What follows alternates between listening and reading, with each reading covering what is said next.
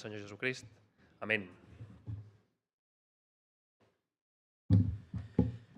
La verdad es que cuando recibí el título por parte de Marcos, los roles en las posesiones, pensé que tenía que buscar algún estudio sobre espiritismo o exorcismo, pero no. Hablamos de posesiones materiales, hablamos de dinero, ¿no? Pero al principio me asusté un poco, ¿no? De todas maneras, cuando veo a personas, instituciones o países manejando el dinero, me pregunto si no realmente están algunos poseídos, ¿eh? Es decir, que yo creo que dinero y mamón o el dios de las riquezas o quien confío tiene que haber, hay mucha relación. Bueno, el domingo pasado Rubén hablaba de que empezábamos un nuevo año y yo estoy convencido que aparte de los retos que él habló, seguro que cada uno de nosotros tenemos retos que afectan a nuestro bolsillo, ¿no? Seguro que hay quienes están buscando quizás su primera vivienda o su segunda, o viendo cómo la van a financiar.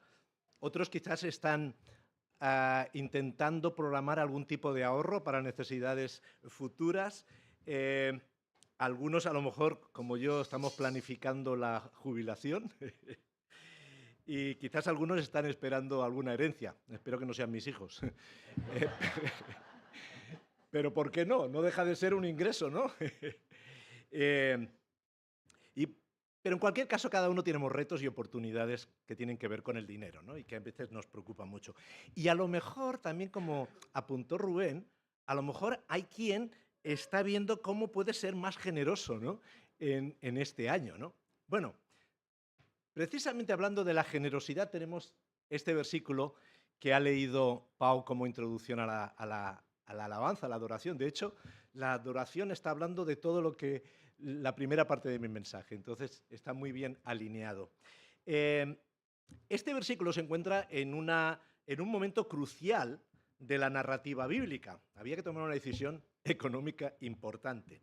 Justo antes de la construcción del templo de Salomón, David, rey de Israel, reúne a todo el pueblo para una gran ofrenda, que además está destinada a la construcción de este majestuoso edificio que servirá como casa de Dios.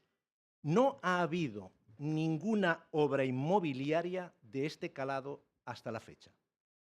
Los últimos estudios que he visto sobre el valor de la casa de David, estamos hablando de más de 40.000 millones de dólares. Yo suelo viajar mucho a Dubái por temas de negocios y a otros lugares donde hay edificios enormes. Todavía no ha habido un edificio que haya costado lo que costó el templo de David.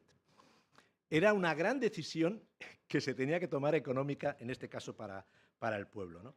Pero David, teniendo todo el pueblo delante y antes de tomar esa decisión y antes de tomar las ofrendas, invita a reconocer la soberanía de Dios y a ofrecerle lo mejor de nosotros mismos. Es un versículo que deberíamos tener presente o tenerlo como cabecera cuando hablamos o cuando tenemos que tomar decisiones en las finanzas, porque nos habla del rol de Dios. Si profundizáramos en este pasaje, descubriríamos que muchas de nuestras luchas financieras podrían encontrar respuesta.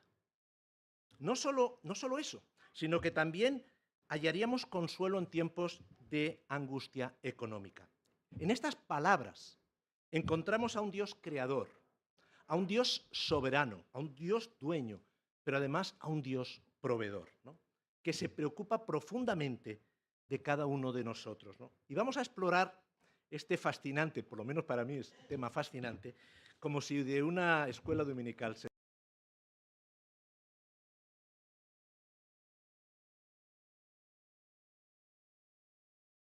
canción en esto creo, autor de la creación. Entonces, si lo cantamos es que lo creemos, ¿no? ¿Sí? Lo digo por ir rápido y así si hay cosas que ya lo tenemos. Pero bueno, a veces realmente nos cuesta ver cómo Dios actúa en nuestra vida, especialmente en temas como el dinero. ¿Por qué? Porque muchas veces pensamos como Dios como si fuera una persona normal, con las mismas limitaciones que nosotros. Creemos que Dios solo puede hacer ciertas cosas y que no tiene el control sobre todo lo que pasa, ¿no?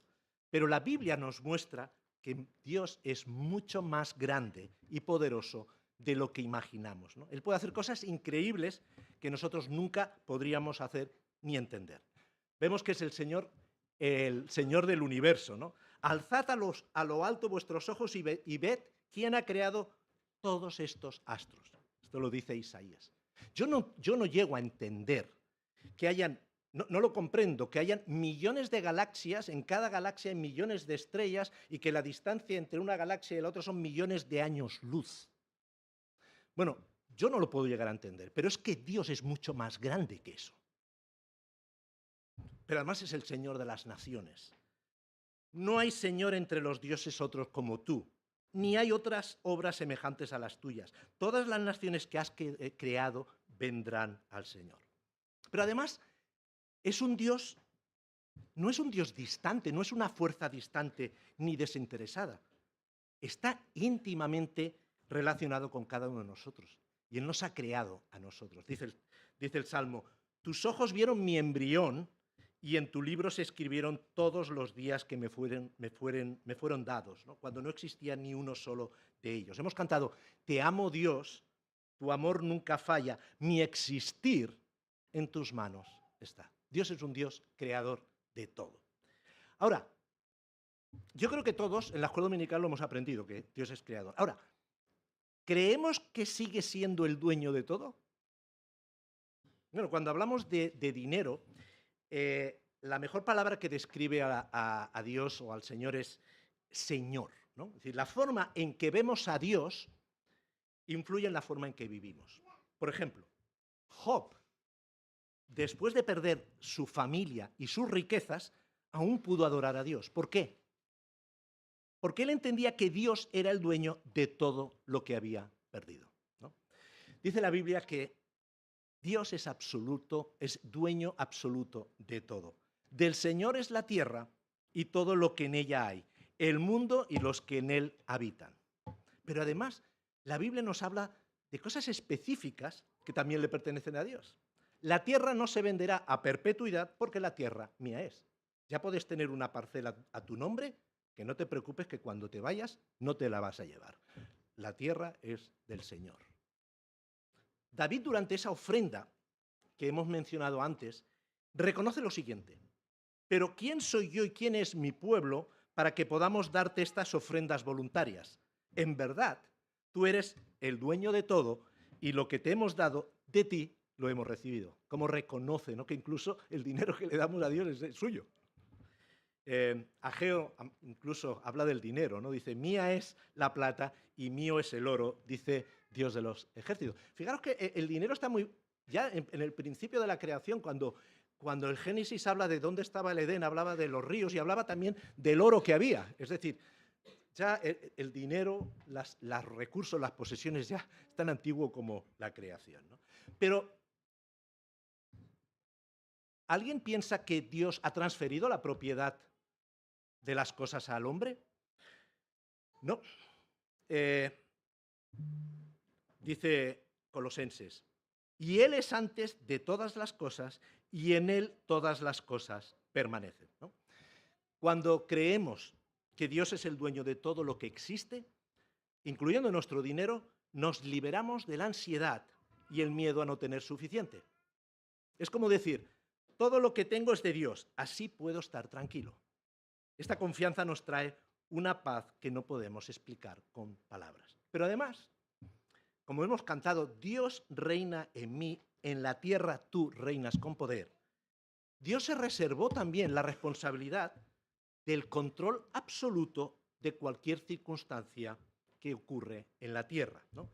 Y algunos de los nombres de Dios en las Escrituras son Señor, Todopoderoso, Pastor, Señor de señores, Rey de reyes. No hay duda de quién tiene el control.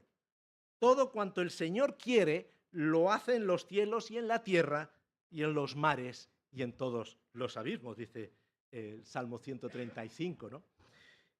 Fijaros lo que dice un rey que creyó tener el control de todo, que al final de sus días reconoció quién era el Dios verdadero, que fue Nabucodonosor. Dice, él actúa conforme a su voluntad en el ejército del cielo y entre los habitantes de la tierra. Nadie puede detener su mano ni decirle qué has hecho. Y eso lo dijo Nabucodonosor, ¿no?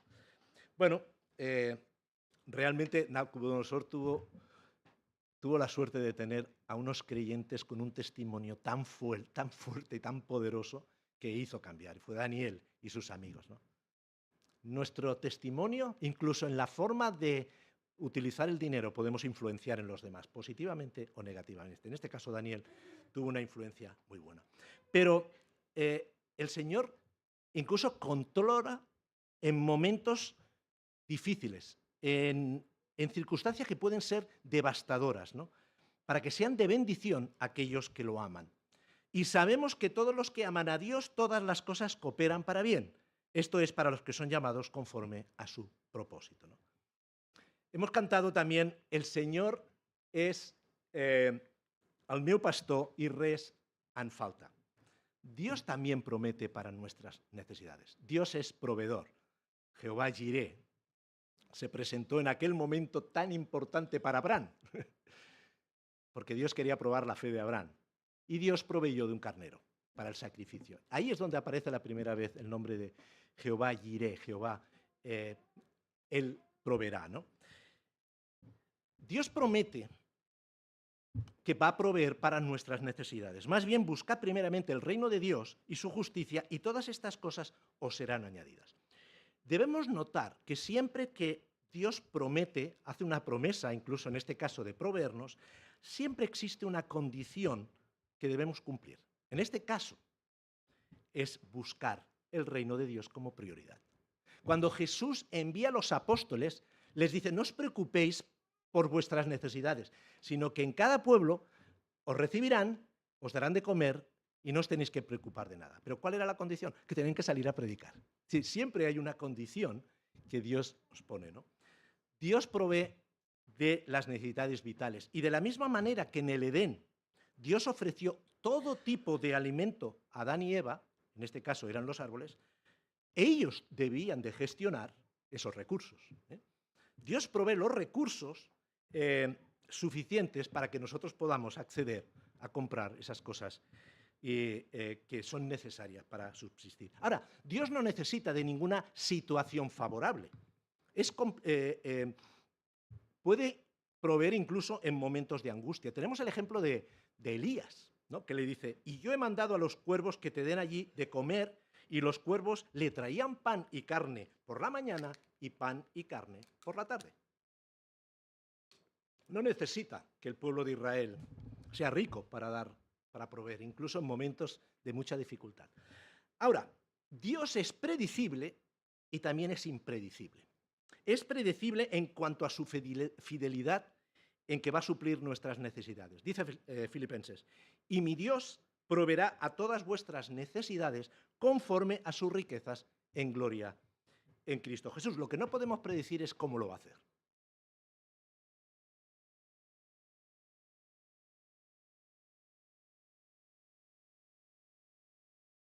Oportunidad de trabajo, cualquier. Dios va a proveer. Nunca vamos a predecir cómo lo va a hacer, ¿no? Pero es muy importante entender la diferencia entre lo que es una necesidad y un deseo.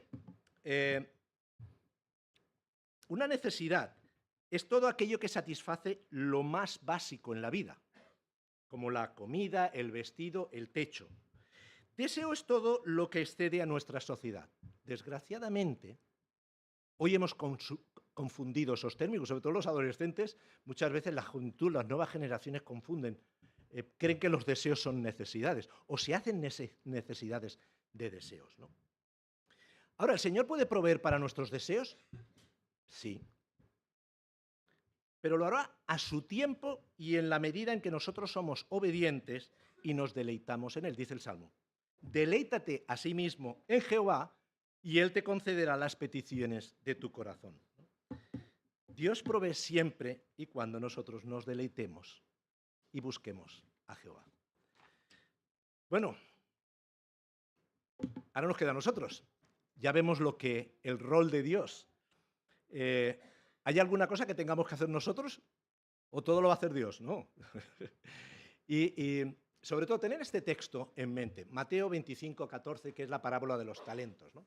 Porque aunque esta parábola está dentro del conjunto de parábolas que nos acercan a lo que es el reino de los cielos, nos está hablando de cosas y nos está dando unas pautas que las podemos utilizar no solamente con el dinero, sino con cualquier capital que como cristianos tenemos que gestionar. No solo el dinero, es toda la capacidad o capital intelectual, nuestro capital relacional, nuestro capital espiritual, ¿no? Hay muchos capitales que Dios nos da y que en esta parábola nos enseña cuáles son las reglas. Bueno, lo primero que vemos aquí es que hay que reconocer que Dios es el dueño de todo. Ahí estamos hablando de un señor y unos siervos o esclavos.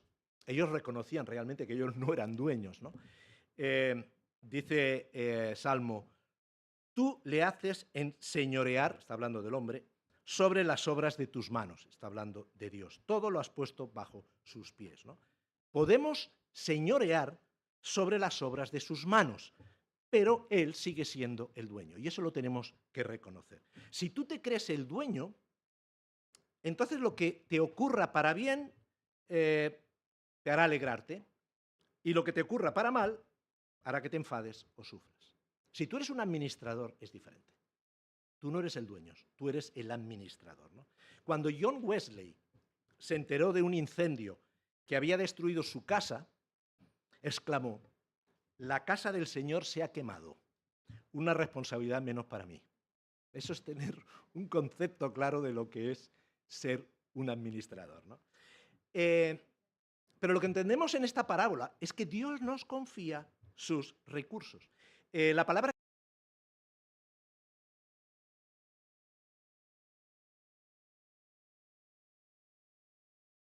lleva una gran responsabilidad. Él es la máxima autoridad después del dueño y es responsable de todas las propiedades y asuntos de la casa de su señor, ¿no?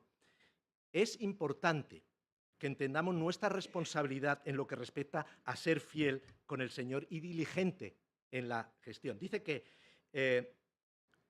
como un hombre, habla de la parábola, como un hombre yéndose lejos llamó a sus siervos y le entregó sus bienes. A uno dio 5 talentos, a otro 2 y a otro 1, y a cada uno conforme a su capacidad. El Señor nos pide que seamos fieles sin importar cuánto Él nos ha confiado, ¿no? Y ahí vemos un ejemplo. Según la capacidad de uno, el Señor te confía una serie de recursos, ¿no?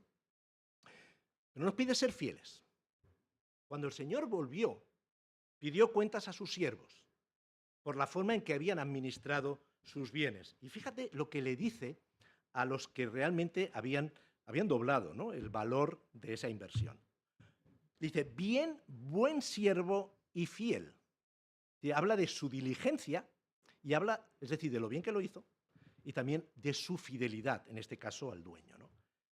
Sobre poco has sido fiel, sobre mucho te pondré, entra en el gozo de tu Señor. Es interesante notar que el siervo que fue fiel con 2 talentos recibió la misma recompensa que el que tenía 5 talentos, ¿no? El Señor premia la fidelidad independientemente de la cantidad sobre la cual se nos pide responsabilidad, ¿no? Se requiere de nosotros ser fieles, se nos haya dado mucho o poco. Como dijo alguien una vez, no es lo que haría si tuviera 1.000.000 de euros, sino lo que estoy haciendo con los 10 que tengo. Dios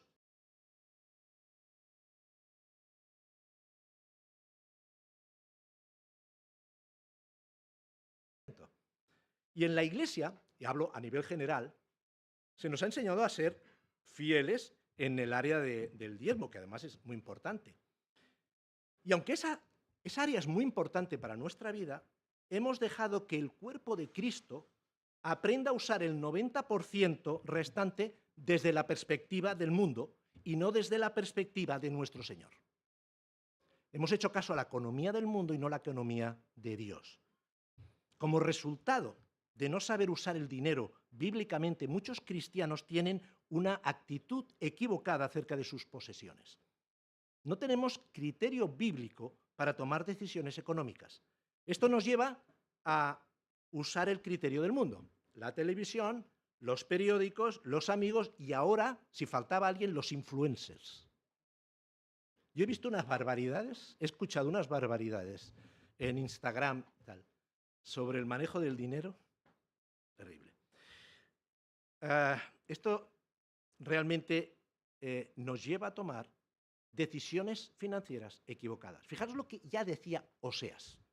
Mi pueblo fue destruido porque le faltó conocimiento. Y por otro lado, la falta de fidelidad nos puede quitar privilegios de mayordomía.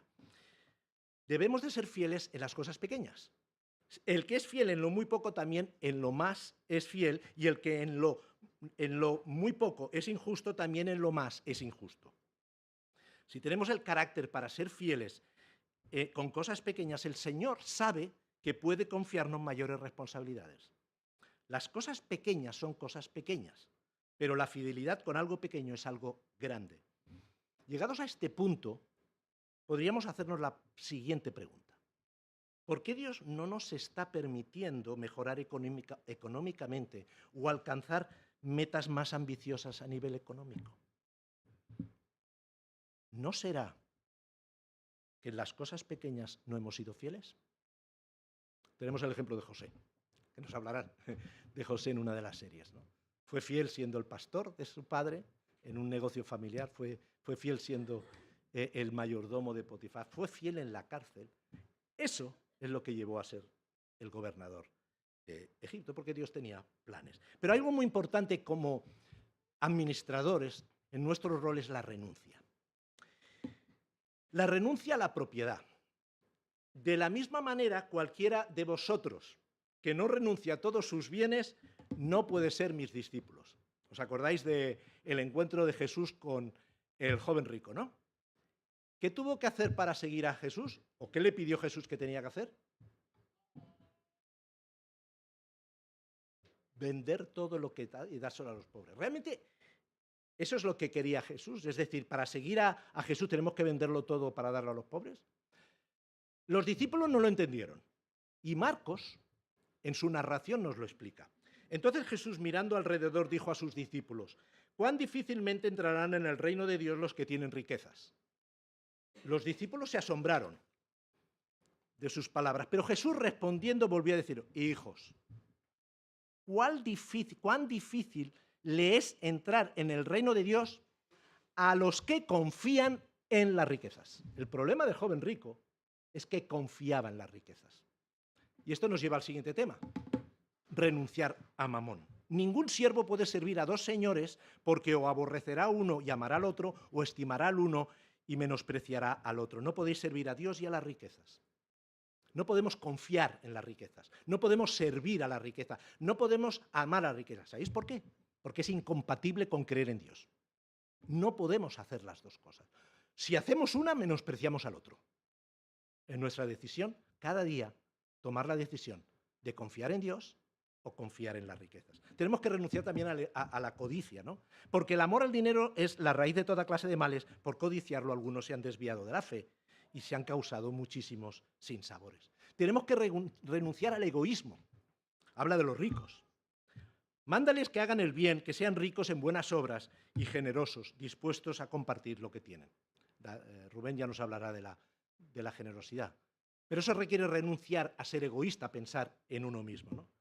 Ahora, ¿cómo podemos llevar a hacerlo? ¿Cómo podemos llegar a hacerlo? Bueno, ahí hago un poco de publicidad. Tenemos el curso de Tu Dinero Cuenta, que aunque hablamos de esto, hablamos ya de cosas mucho más, más precisas, ¿no?, de cómo hacerlo, ¿no? Pero 4 puntos. Planificación. Los planes bien pensados, pura ganancia; los planes apresurados, puro fracaso. Tenemos que planificar. No, los latinos somos poco planificadores, pero debemos aprender. Tenemos que planificarlo todo. Pero sobre todo lo siguiente, el control. Asegúrate, dice Salomón, asegúrate de saber cómo están tus rebaños, cuida mucho de tus ovejas, pues las riquezas no son eternas, ni la fortuna está siempre segura. Tienes que controlar lo que tienes, porque esto no va a durar para siempre. Un buen control de los gastos. ¿Dónde gastamos? ¿En qué gastamos? ¿Cuánto gastamos? ¿Sabemos lo que gastamos? Es más importante saber lo que gastamos que lo que cobramos. Porque en función de lo que cobramos tenemos que, de alguna manera, planificar nuestros gastos. Pero a veces no sabemos ni exactamente lo que estamos gastando. En ocio, lo que estamos gastando en comida, lo que estamos gastando en ropa. Eso tenemos que tener un control, ¿no? Tu dinero cuenta os ayudará en eso. La humildad es la antesala del éxito. Recompensa de la humildad y del temor del Señor son las riquezas, la honra y la vida. La humildad es esencial para reconocer que debemos aprender más y más para ser buenos administradores. Y del contentamiento ya nos hablará Marcos dentro de unas semanas, ¿no? Si hemos aceptado que Dios es dueño de todo lo que ahora dirigimos, entonces cada decisión en la que gastamos algo se convierte en una decisión espiritual. Entonces Dios tiene obviamente una opinión sobre cómo usamos nuestras finanzas. Ya no preguntamos, Señor, ¿qué quieres que haga con mi dinero? Sino, Señor, ¿cómo quieres que use tu dinero? Esa es la gran pregunta. No es, ¿qué quieres que haga con mi dinero? Sino, Señor, ¿cómo quieres que use tu dinero? ¿No? Bueno, veis que la Biblia describe responsabilidades diferentes, ¿no? Distintas, para lo que es Dios y para nosotros, ¿no? Dios se reserva para sí una serie de aspectos del manejo del dinero y nos delega a nosotros, ¿no? Ahora podríamos decir, bueno, pues ya hemos acabado el mensaje, pero os quiero poner un ejemplo bíblico que nos ayudará a entender en detalles más concretos cómo podemos ser unos fieles administradores de las finanzas. Y por cierto, no es un hombre. Hay una cosa muy importante. ¿Y el rol en el matrimonio? ¿Sabéis que en una de las últimas estadísticas que he encontrado, el 40%, 36,7% de las causas de divorcio tienen que ver con problemas económicos? Es algo importante tener en cuenta como cristianos.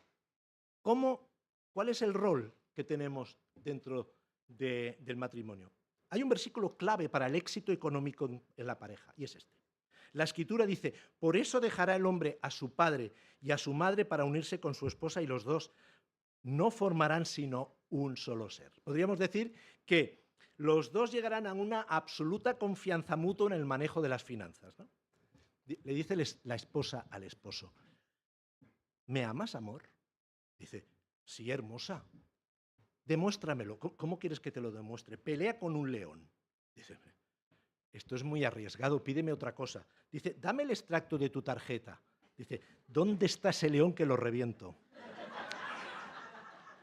Yo no sé qué confianza absoluta tienes en tu pareja y cómo se gasta el dinero, ¿no? Pero es esencial.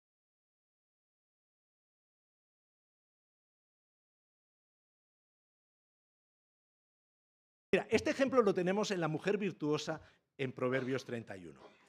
Y es un poema que la madre de Lemuel, además una persona, digamos, anónima, la madre de Samuel, ¿sabemos quién era Samuel? Bueno, era un rey, no sabemos cómo se llamaba la madre, pero tampoco sabemos cómo se llamaba la protagonista de la historia, ¿no? Escribió para su hijo, que era un poco cabra loca, un consejo para encontrar una mujer virtuosa, una mujer ejemplar, una mujer que prospera, ¿no? Para su hijo. Y nos da unas pautas que nos pueden ayudar a identificar claves de éxito para una pareja en términos de prosperidad económica. Lo que dice es muy interesante. Mujer virtuosa, ¿quién la hallará? Porque su estima sobrepasa largamente a las de los corales. El corazón de su marido está confiado en ella. El hombre estaba completamente confiado en ella. El hombre era un político, era una autoridad, estaba en las puertas de la ciudad, en aquel momento es donde estaba la administración, entonces era alguien con prestigio, decía que tenía un cierto prestigio, ¿no? El hombre estaba tranquilo de lo que hacía su esposa. Y fijaros lo que hacía su esposa. Dice, y no carecerá de ganancias. Es decir, tenía capacidad de generar.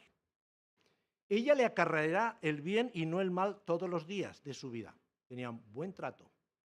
Busca la lana y el lino y diligentemente trabaja con sus manos. Es como la nave del mercader que trae su pan desde lejos. Minimiza el gasto. Busca cómo no gastar tanto. Se levanta cuando aún es de noche, da alimento a su familia y la porción asignada a sus criadas. Lidera y es responsable de la casa. Evalúa un campo y lo compra y del fruto de sus manos planta una viña. Es decir, tiene capacidad de recursos a largo plazo. Hubiera podido plantar trigo que el año siguiente le iba a dar fruto. No, planta una viña, que es mucho más rentable, pero que es a largo plazo. Hasta los 3, 4 años no empieza a dar fruto. Hasta los 7, 10 años no da su fruto, es decir, una persona con visión de futuro, ¿no? Ciñe con fuerza sus lomos y fortaleza sus brazos. No es vaga, es una trabajadora, le gusta trabajar. Ve que sus negocios van bien, su lámpara no se apaga de noche, es decir, una persona que controla. Aplica sus manos a la rueca y sus dedos manejan el uso. Es un excelente profesional. Extiende sus manos al generoso. Además, es generoso. De eso nos hablará Rubén. No tiene temor de la nieve por los de fuera de su casa, porque toda su familia está vestida de vestidos dobles. Teje tapices para sí de lino fino y de púrpura en su vestido. Optimiza los recursos que tiene. No está constantemente comprando en Amazon, ¿no?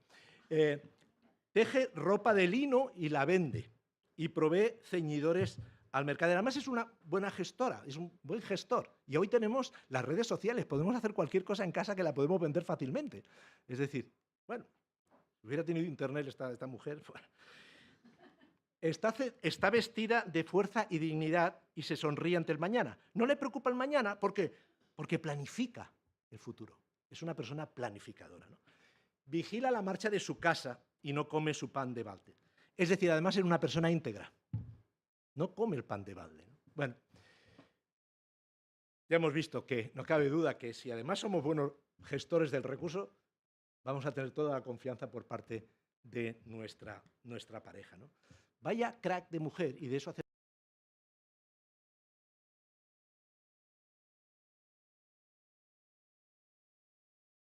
de tonterías. Bueno,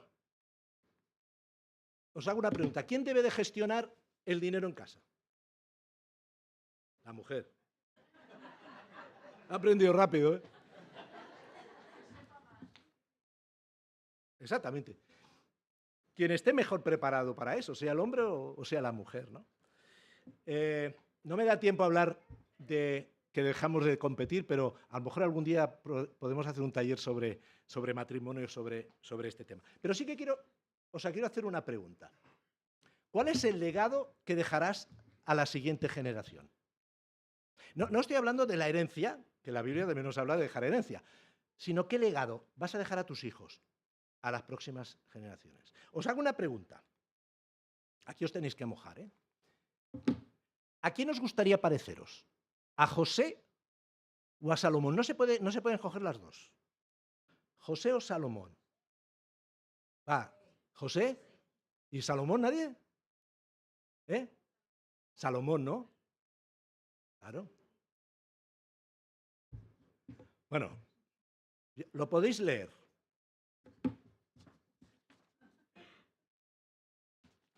Vamos a hacer un análisis.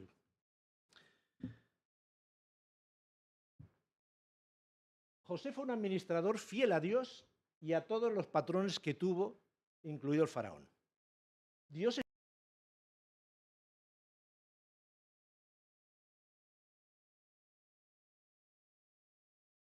un ahorro del 20% de la cosecha para dar alimento a los habitantes de Egipto. Invirtió en un proyecto logístico para recoger todo el alimento del país. Produjo riquezas para las arcas del Estado. Introdujo los impuestos para financiar el Estado. Hasta hoy, ¿eh? No os quejéis de los impuestos porque viene de José, que era un patriarca. Cumplió con el plan de Dios de proteger y hacer crecer a su pueblo. Entraron 60 y salieron 2 millones. Eso sí, 400 años. Y además, el pueblo de Israel tenía un lugar de privilegio durante los primeros digamos, siglos, porque estaban al cuidado de los animales del rey, ¿no? Una cosa interesante es que sus restos hasta hace poco se podían visitar, ¿no? La tumba está en la ciudad de Siquem. ¿Acordáis que de Egipto se llevaron los restos de José? No se llevaron los restos de otros, de José. Fijaros el caso. Bueno, los que habéis dicho Salomón, el pastor tendrá algún tipo de conversación con vosotros, ¿no? A ver, no es todo malo, ¿eh? Hay cosas que aún son peor. Bueno, consiguió una riqueza jamás vista hasta este momento. Ahí tenéis las citas. Podéis hacer una fotografía y luego veáis. Vivió una vida de placeres sin límites morales. explotó a los demás, construyó para sí bienes lujosos, se endeudó y a la vez estafó a sus acreedores. Desobedeció varias leyes de la Torá y apartó su corazón de Dios. El legado que dejó a su hijo fue un país agobiado fiscalmente, lo que sumado a la insensatez del hijo produjo su caída como rey, la pérdida del capital que su padre obtuvo durante 40 años y la posterior división del país. De ahí la importancia de su legado escrito, que proviene de un hombre muy sabio, pero que fracasó moral y espiritualmente. Y sus consejos nos guían al éxito personal. No hay nadie que nos pueda ayudar, sino alguien que haya tenido la sabiduría y que haya fracasado y que se haya dado cuenta que vivió una vida de vanidad. Y le dice a su hijo, no quiero que pases por lo que yo he pasado, ¿no? Entonces, en ese sentido sí que dejó un buen legado. Ahora, en todo lo que fue su gestión económica, dejó mucho que desear. Espero que esta primera, digamos, encuentro, ¿no?, y acercamiento a la mayordomía financiera nos ayude a pensar en nosotros mismos, cómo estamos gestionando lo que Dios está poniendo en nuestras manos. Me gustaría que, incluso si hay matrimonios, que, 2 minutos, que podáis orar, o cada uno individualmente, para que Dios nos dé sabiduría a ser esos administradores fieles que Él quiere. Que el Señor nos bendiga.